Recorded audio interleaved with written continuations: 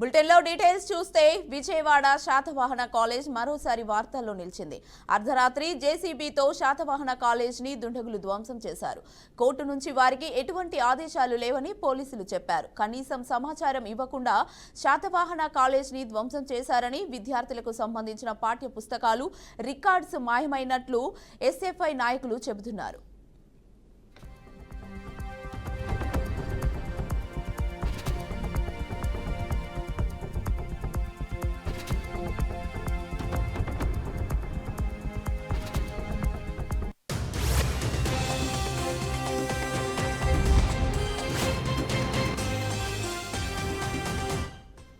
Vijayawada Satavahana college మరోసారి వార్తల్లో నిలిచింది. అర్ధరాత్రి జేసీబీతో శాతవాహన కాలేజ్ని దుండగులు ధ్వంసం చేశారు. కోర్టు నుంచి వారికి ఎటువంటి ఆదేశాలు లేవని పోలీసులు చెప్పారు. కనీసం సమాచారం ఇవ్వకుండా శాతవాహన కాలేజ్ని ధ్వంసం చేశారని, విద్యార్థులకు సంబంధించిన పాఠ్య పుస్తకాలు, రికార్డ్స్ మాయమైనట్లు ఎస్ఎఫ్ఐ నాయకులు చెబుతున్నారు.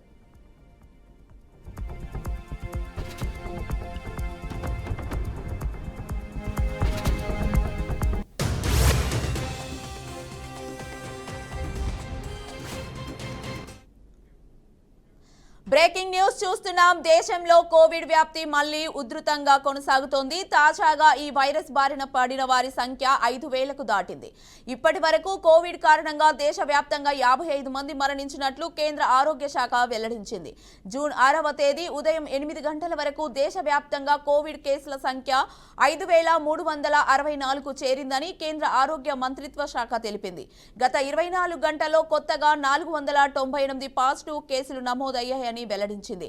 ఇదే సమయంలో 4 ప్రాణాలు కోల్పోయారు. మృతుల్లో 2 కేరళకు చెందిన వారిగా గుర్తించగా, పంజాబ్, కర్ణాటకకు చెందిన వారు ఒక్కొక్కరిగా ఉన్నారు. ప్రస్తుతం కేరళలో అత్యధికంగా 1,679 యాక్టివ్ కేసులు ఉన్నాయని కేంద్ర ఆరోగ్య మంత్రిత్వ శాఖ వెల్లడించింది.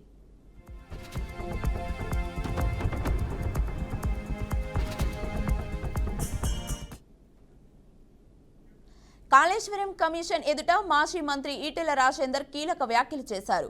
తన 25 ఏళ్ల రాజకీయ జీవితంలో నైతిక విలువలతో నడిచానని, తెలంగాణకు తొలి ఆర్థిక మంత్రిగా పనిచేశానని ఈటెల రాజేందర్ చెప్పారు. 2016లో ఈ ప్రాజెక్టు విలువ 16,000 కోట్లు కాగా దాన్ని 38,000 కోట్లకు పెంచినట్లు తెలిపారు. మహారాష్ట్ర అభ్యంతరాలు, సిడబ్ల్యూసి నివేదికల నేపథ్యంలో మంత్రివర్గ కమిటీని ఏర్పాటు చేసినట్లు చెప్పారు. టెక్నికల్ అంశాలన్నీ పరిశీలించిన తరువాతే మేడిగడ్డ, సుందిల్లా, తుమ్మిడిహట్టికి ప్రతిపాదనలు వచ్చాయని ఈటెల వివరించారు. తెలంగాణ అవసరాలకు ఆనాడు ప్రభుత్వం చేపట్టిన ప్రాజెక్టులకి 16,50,000 ఎకరాల నీళ్లు కావాలని, 10 టీఎంసీల నీళ్లు రూరల్ ఏరియాకు తాగునీళ్ల కోసం కావాలని, 30 టీఎంసీల నీళ్లు హైదరాబాద్కు కావాలని, 15 టీఎంసీల నీళ్లు ఇండస్ట్రీస్ కావాలని చెప్పి కోరిండ్రో అవి ఫుల్ఫిల్ కావు అని చెప్పి CWC report, irrigation department report వచ్చినప్పుడు కేసీఆర్ గారు అన్నాడు ముఖ్యమంత్రిగా ఒక మంత్రివర్గ ఉపసంఘాన్ని వేసిండు. హరీష్ రావు గారి నాయకత్వంలో వారు ఆనాడు ఇరిగేషన్ శాఖ మంత్రి, నేను ఆర్థిక మంత్రిగా, అదేవిధంగా ఇవాటి మంత్రిగా, ఆనాటి మంత్రిగా ఉన్నటువంటి తుమ్మల నాగేశ్వరరావు గారు ఆర్ఎండ్బి మంత్రిగా మంత్రివర్గ ఉపసంఘం వేసిండు. మంత్రివర్గ ఉపసంఘం సిడబ్ల్యూసి రిపోర్ట్లు, ఇరిగేషన్ డిపార్ట్మెంట్ ప్రతిపాదనలు, వాళ్ళ అవసరాలన్నీ కూడా మా ముందుకు పెట్టినప్పుడు మేమన్నాం, ఒకవేళ కనుక ఈ తుమ్మిడిగట్టి, చేవెళ్ళ మన అవసరాలని తీర్చకపోతే మరో ప్రత్యామ్నాయ మార్గాన్ని అన్వేషించమని చెప్పినప్పుడు వారు అనేక రకాల సర్వేలు చేసి, అది టెక్నికల్ వాళ్ళు కాబట్టి ఇవాళ మేడిగడ్డ, సుందిల్లా, అన్నారం ప్రాజెక్టులకి వాళ్ళు ప్రపోజ్ చేశారు. ఆనాడు ఆ ప్రాజెక్ట్ కాస్ట్ 63,000 కోట్లు అని చెప్పి వాళ్ళు అంచనా వేశారు. ఆ తదుపరి అనేక పరిణామాలు, అనేక జిల్లాల్లో వచ్చిన డిమాండ్లు, ఇంకా అనేక కొత్త కొత్త ఏరియాకు నీళ్ళు ఇవ్వాలన్నటువంటి రైతుల ఆక్రందనలు, ఉన్న ఇరిగేటెడ్ ఏరియాకు స్టెబిలైజ్ చేయాలన్నటువంటి నిర్ణయాలు, అనేక రకాల నిర్ణయాల వల్ల అది 82,000 కోట్లకు పోయినమాట వాస్తవం. తెలంగాణ అవసరాలకు హైదరాబాద్ నగరం హిమాయత్ నగర్లోని టీటీడీ శ్రీ వెంకటేశ్వర స్వామివారి ఆలయంలో వార్షిక బ్రహ్మోత్సవాలు అత్యంత వైభవంగా సాగుతున్నాయి. బ్రహ్మోత్సవాల్లో ప్రధాన ఘట్టమైన గరుడ వాహన సేవ అత్యంత నేత్రపర్వంగా సాగింది. వాహన సేవకు టీటీడీ పాలక మండలి చైర్మన్ బిఆర్ నాయుడు దంపతులు హాజరయ్యారు. శ్రీవారి ఆలయం వద్దకు వచ్చిన చైర్మన్ దంపతులకు ఆలయ అర్చకులు ఏఈఓ రమేష్ పూర్ణకుంభంతో స్వాగతం పలికి ప్రత్యేక దర్శనం ఏర్పాటు చేశారు. దర్శనానంతరం చైర్మన్ దంపతులకు స్వామివారి పట్టు వస్త్రం కప్పి ఆశీర్వచనం చేసి తీర్థ ప్రసాదాలు అందజేశారు.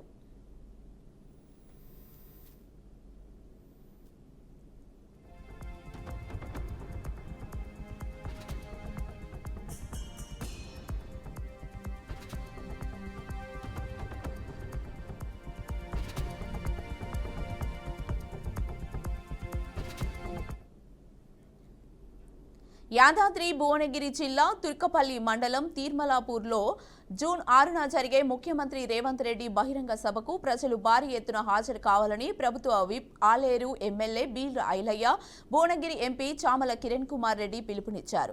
ఆలేరు నియోజకవర్గ అభివృద్ధికి ముఖ్యమంత్రి రేవంత్ రెడ్డి 1500 కోట్ల రూపాయల పనులకు శంకుస్థాపన చేసి అనంతరం బహిరంగ సభలో పాల్గొంటారని వెల్లడించారు. సభా ప్రాంగణాన్ని పరిశీలించిన అనంతరం జరగనున్న ఏర్పాట్లపై అధికారులు, పోలీసులతో సమీక్ష సమావేశం నిర్వహించారు.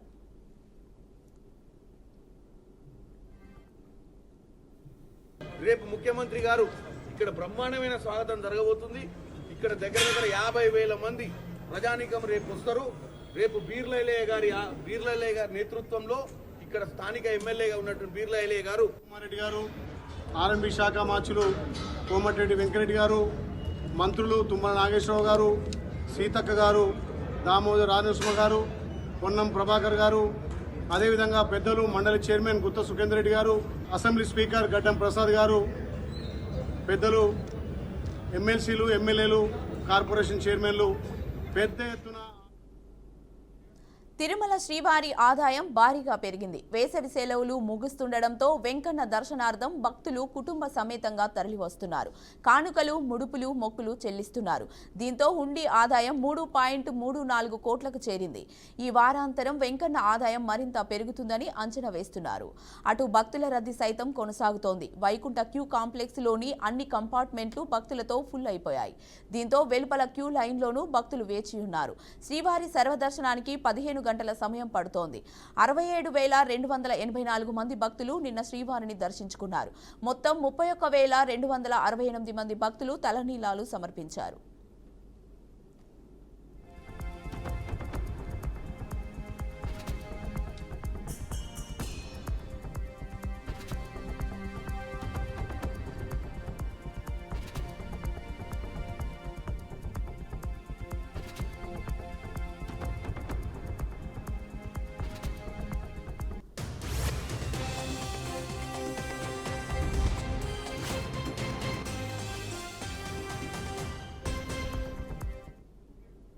Back to news.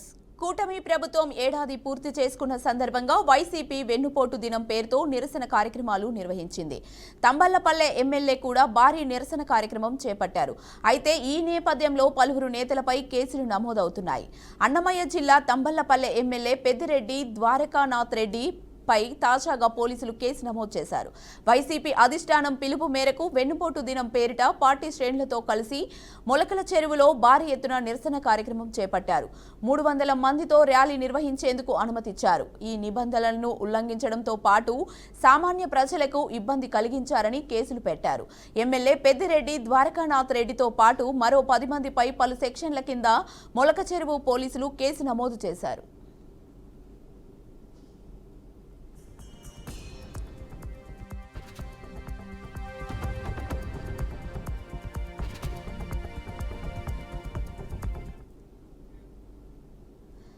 విశాఖలో జీవీఎంసీ కౌన్సిల్ సమావేశం ప్రారంభమైంది. కూటమి మేయర్గా పీల శ్రీనివాసరావు మొదటిసారి సమావేశంలో హాజరయ్యారు. ఈ సమావేశంలో జీవీఎంసీ కమిషనర్ను నియమించాలంటూ వైసీపీ కార్పొరేటర్లు ప్లాకార్డులు పట్టుకొని నినాదాలు చేశారు. దీనిపై చర్చిస్తామంటూ తెలిపిన మేయర్ పీల శ్రీనివాసరావు తెలిపారు.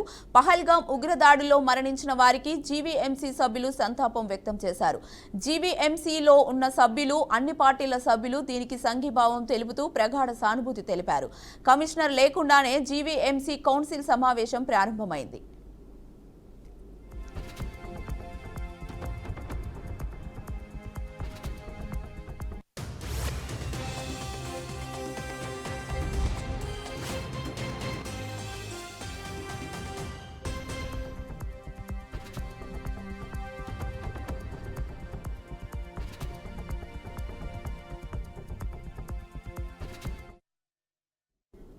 గుంటూరు జిల్లా ప్రతిపాడు నియోజకవర్గం కాకుమాను మండలంలో తెల్లవారుజామున అక్రమంగా రేషన్ సరుకులను తరలిస్తున్న ఆటోను పోలీసులు పట్టుకున్నారు. సమాచారం అందడంతో స్పందించిన కాకుమాను పోలీసులు ఆటోను అడ్డగించి స్టేషన్కు తరలించారు. ఆటో డ్రైవర్ను అదుపులోకి తీసుకున్నారు. అనంతరం రేషన్ సరుకులను ఎవరు, ఎక్కడి నుంచి ఎక్కడికి తరలిస్తున్నారనే దానిపై దర్యాప్తు చేస్తున్నట్లు కాకుమాను ఎస్ఐ పృథ్వీనాథ్ వెల్లడించారు.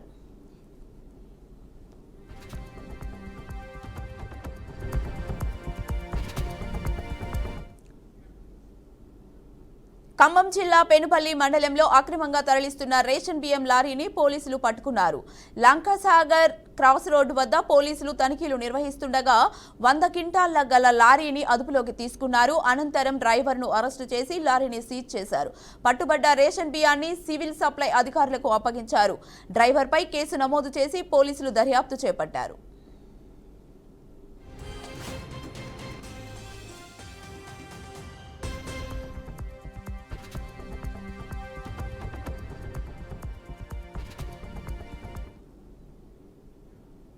కుషాయిగూడ పోలీస్ స్టేషన్ పరిధిలో దారుణం చోటు చేసుకుంది. ఓ బాలిక విషయంలో 2 మైనర్లు పడిన గొడవలో ఓ బాలుడు మృతి చెందాడు. నేరడ్మెంట్కు చెందిన మహమ్మద్ హయాన్ మరో బాలుడు దాడి చేసి హత్య చేశాడు. ఓ బాలిక విషయంలో 2 గొడవ పడడంతో మహమ్మద్కి తీవ్ర గాయాలయ్యాయి. దగ్గరలోని ప్రైవేట్ ఆసుపత్రికి స్థానికులు తరలించారు. చికిత్స పొందుతూ బాలుడు మృతి చెందడంతో సమాచారం అందుకున్న పోలీసులు ఘటనా స్థలానికి చేరుకొని దర్యాప్తు చేపట్టారు.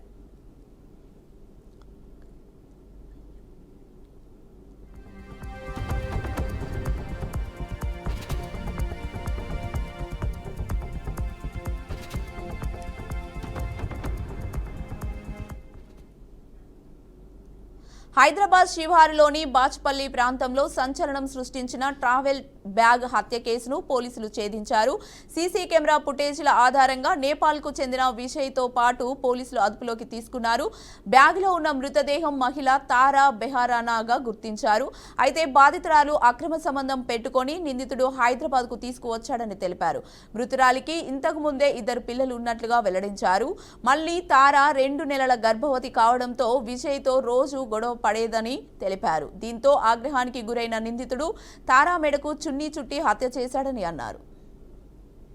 ఈ నెల 4వ తారీఖున బాచ్పల్లి పోలీస్ స్టేషన్ లిమిట్స్ లో ఒక unidentified dead body, women body ఉంది. అది సూట్ కేసులో, ఒక పెద్ద సూట్ కేసులో ఉంది. అది కూడా ఒక అబాండెండ్ ప్లేస్ లో ఉంది అని చెప్పేసి బాచ్పల్లి పోలీస్కి ఒక సమాచారం వచ్చింది.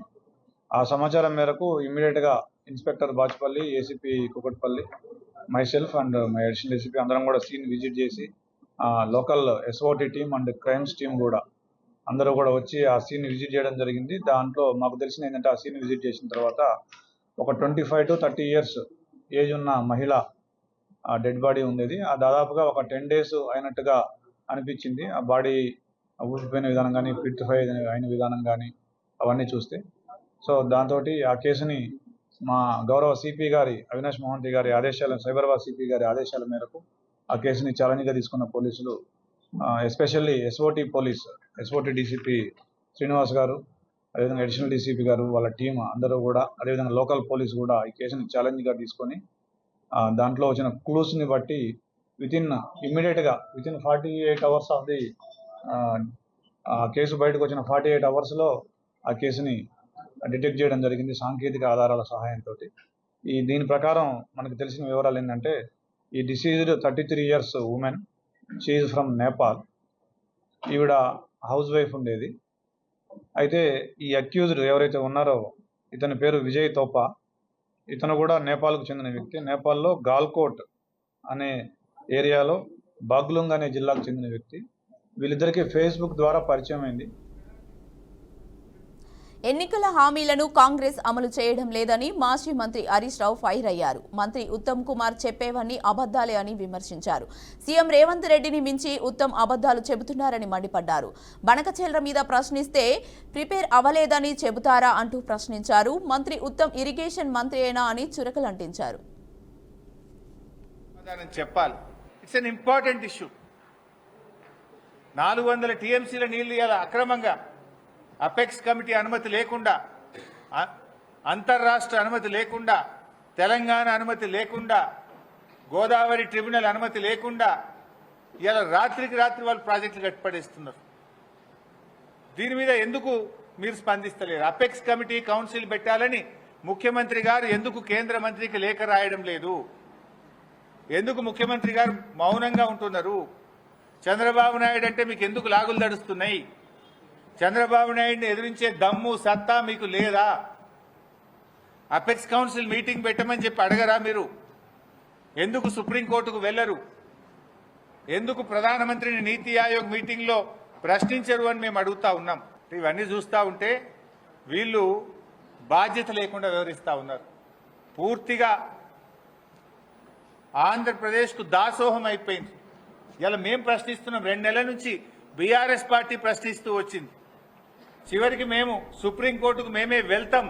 రాష్ట్ర ప్రభుత్వం చేతగాకపోతే, రాష్ట్ర ప్రభుత్వం స్పందించకపోతే బీఆర్ఎస్ పార్టీ సుప్రీంకోర్టుకు పోయి అయినా సరే బనకచెర్లను ఆపుతాం, తెలంగాణ ప్రయోజనాలు కాపాడు. టాలీవుడ్ యువ కథానాయకుడు అక్కినేని అఖిల్ ఒక ఇంటివాడయ్యాడు. తన ప్రియురాలు జైనాబ్తో కలిసి ఆయన ఇవాళ హైదరాబాద్లోని అన్నపూర్ణ స్టూడియోస్లో వైభవంగా జరిగిన వేడుకలో 7 అడుగులు నడిచారు. గతేడాది నవంబర్లో వీరి నిశ్చితార్థం జరిగింది. ఈ ఏడాది తెలుగు సినీ పరిశ్రమలో అత్యంత ఆసక్తికరంగా ఎదురుచూస్తున్న వివాహాల్లో ఇది కూడా ఒకటిగా నిలిచింది. ఈ వివాహ వేడుకకు సినీ పరిశ్రమకు చెందిన పలువురు దిగ్గజాలు హాజరై నూతన వధూవరులను ఆశీర్వదించారు. మెగాస్టార్ చిరంజీవి, ప్రముఖ దర్శకుడు ప్రశాంత్ నీల్, గ్లోబల్ స్టార్ రామ్ చరణ్ దంపతులు, దగ్గుపాటి ఫ్యామిలీ ఈ కార్యక్రమానికి విచ్చేసి వేడుకకు మరింత శోభను చేకూర్చారు. తెలుగు రాష్ట్రాల సీఎంలను కూడా నాగార్జున దంపతులు స్వయంగా కలిసి ఆహ్వానించారు.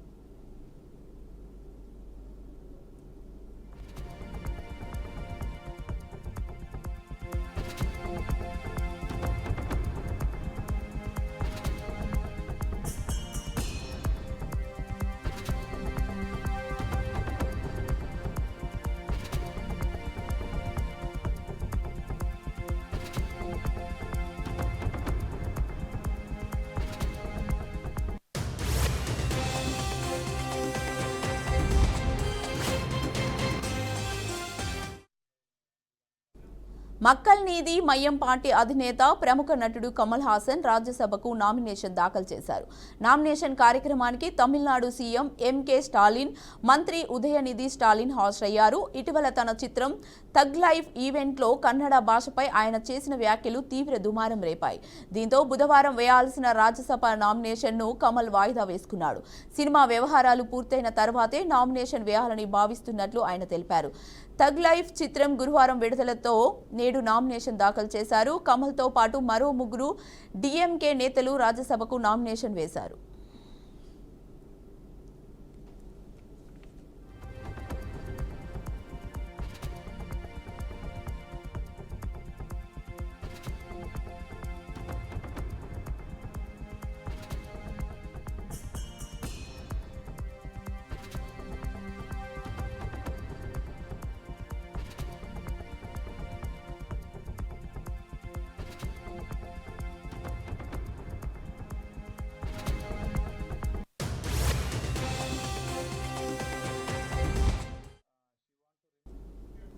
ఉగ్రవాద దేశానికి ఉగ్రవాద నిర్మూలన బాధ్యతలు అప్పగిస్తూ ఐక్యరాజ్య సమితి సంచలన నిర్ణయం తీసుకుంది.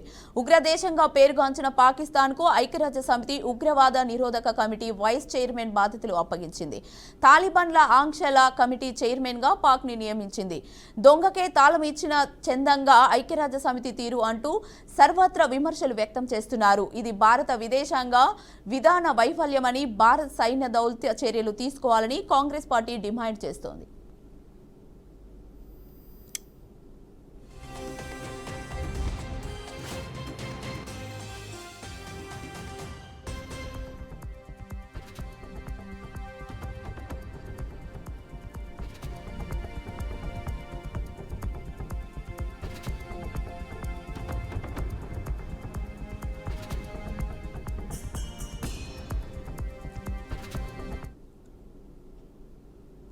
బెంగళూరులోని చిన్నస్వామి స్టేడియం వద్ద ఆర్సీబీ విజయోత్సవాల సందర్భంగా చోటు చేసుకున్న తొక్కిసలాట ఘటనపై కర్ణాటక ప్రభుత్వం కఠిన చర్యలు చేపట్టింది. ఘటనపై బాధ్యత వహించాల్సిన పోలీస్ ఉన్నతాధికారులపై సస్పెన్షన్ వేయాలని ముఖ్యమంత్రి సిద్ధరామయ్య ఆదేశాలు జారీ చేశారు. ఈ ఘటనలో బెంగళూరు పోలీస్ కమిషనర్తో పాటు Cubbon park police station inspector, station house master, station house officer, ACP, central division DCP, cricket stadium incharge, అదనపు పోలీస్ కమిషనర్ను తక్షణమే సస్పెండ్ చేస్తున్నట్లు సీఎం స్పష్టం చేశారు. తొక్కిసలాట ఘటనపై పూర్తి స్థాయిలో దర్యాప్తు జరిపేందుకు విశ్రాంత హైకోర్టు న్యాయమూర్తి నేతృత్వంలో ఏకసభ్య కమిషన్ను ఏర్పాటు చేయనున్నట్లు సీఎం సిద్ధరామయ్య తెలిపారు.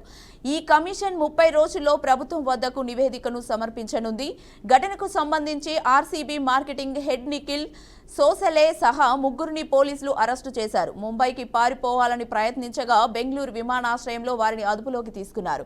ఇదే ఘటనలో డిఎన్ఏ ఈవెంట్ మేనేజ్మెంట్ ఏజెన్సీ ప్రతినిధులు, కర్ణాటక క్రికెట్ అసోసియేషన్ అధికారులను కూడా అరెస్టు చేయాలంటూ సీఎం అధికారులను ఆదేశించారు.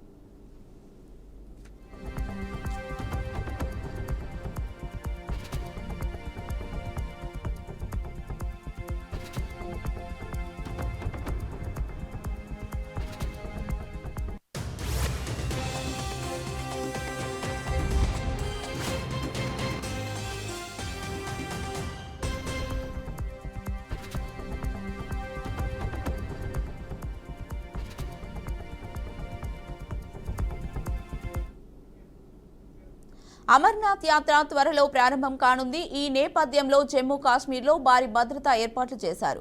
ఈ నెల జూలై 3 నుంచి ఆగస్టు 9 వరకు అమర్నాథ్ యాత్ర కొనసాగనుంది.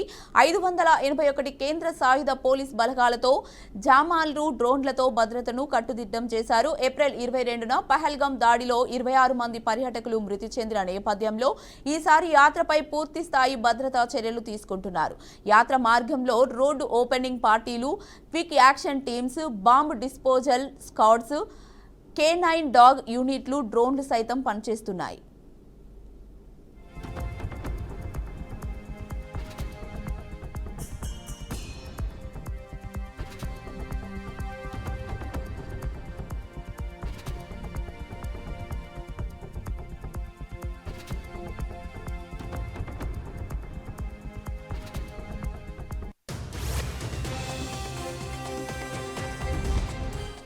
అయితే ఈసారి తొలిసారిగా జామర్లు అమర్చనున్నారు. వీటి ద్వారా యాత్రికుల కదలికలు సమయంలో ఎలాంటి సాంకేతిక వాహన దాడులు జరగకుండా ముందస్తుగా నివారిస్తారు. భక్తుల రాకపోకలకు ఎలాంటి అడ్డంకులు లేకుండా చూసేందుకు జాతీయ రహదారులను తాత్కాలికంగా మూసివేయనున్నారు. భద్రత, శాంతి భద్రతల సమన్వయంతో యాత్రా నిర్వాహకులు ఉన్నత స్థాయి సమీక్ష సమావేశాలు క్రమం తప్పకుండా జరుగుతున్నాయి.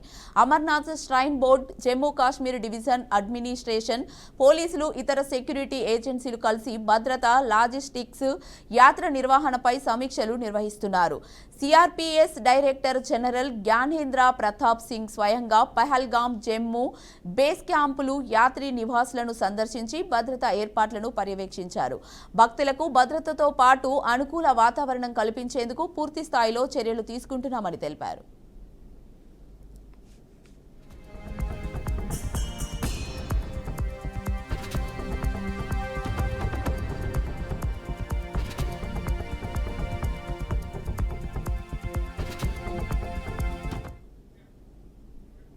కాశ్మీర్ పేదలను పాకిస్తాన్ టార్గెట్ చేసిందని ప్రధాని నరేంద్ర మోదీ అన్నారు. మన పొరుగు దేశం టూరిజానికి వ్యతిరేకమని, పహల్గాం ఉగ్రదాడి ఇందుకు నిదర్శనమని ప్రధాని అన్నారు. కాశ్మీర్ పేదలను పాకిస్తాన్ టార్గెట్ చేసిందని, ఆదిల్ ఉగ్రవాదులతో త్రివిధ దళాలు విరోచితంగా పోరాడాలని ప్రశంసించారు. పహల్గాం దాడి మానవత్వానికి మచ్చని విమర్శించారు. దేశంలో అల్లర్లు సృష్టించడానికే పహల్గాం దాడి చేశారని మోదీ మండిపడ్డారు. ఆపరేషన్ సింధూర్ పాక్ నాయకత్వానికి నిద్ర లేకుండా చేసిందని, పాక్లో 100 కిలోమీటర్లు దూసుకెళ్లి దాడులు చేశామని ప్రధాని మోదీ పేర్కొన్నారు.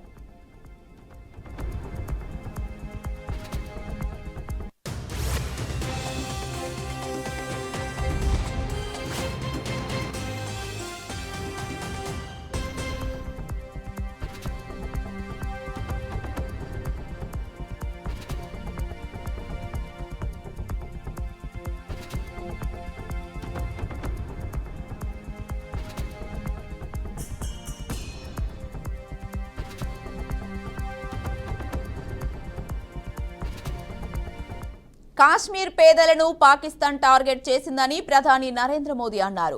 మన పొరుగు దేశం టూరిజానికి వ్యతిరేకమని, పహల్గాం ఉగ్రదాడి ఇందుకు నిదర్శనమని ప్రధాని అన్నారు. కాశ్మీర్ పేదలను పాకిస్తాన్ టార్గెట్ చేసిందని, ఆదిల్ ఉగ్రవాదులతో త్రివిధ దళాలు విరోచితంగా పోరాడారని ప్రశంసించారు. పహల్గాం దాడి మానవత్వానికి మచ్చని విమర్శించారు.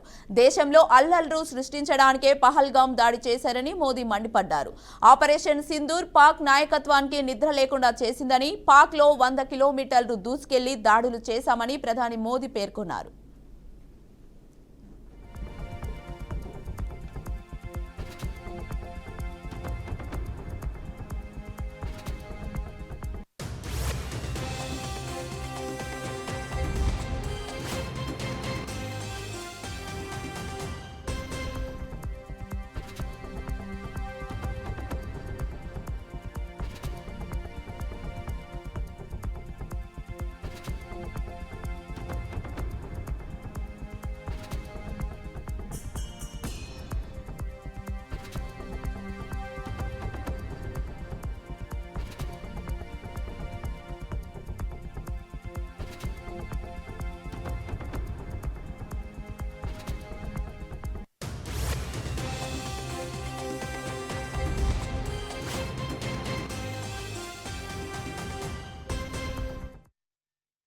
बना था वो पहलगाम के हमले से डिगने वाला नहीं है। जम्मू कश्मीर के आप सभी लोगों को और आप सबसे नरेंद्र मोदी का वायदा है, मैं यहां विकास को रुकने नहीं दूंगा। यहां के नौजवानों को सपने पूरा करने से कोई भी बाधा अगर रुकावट बनती है तो उस बाधा को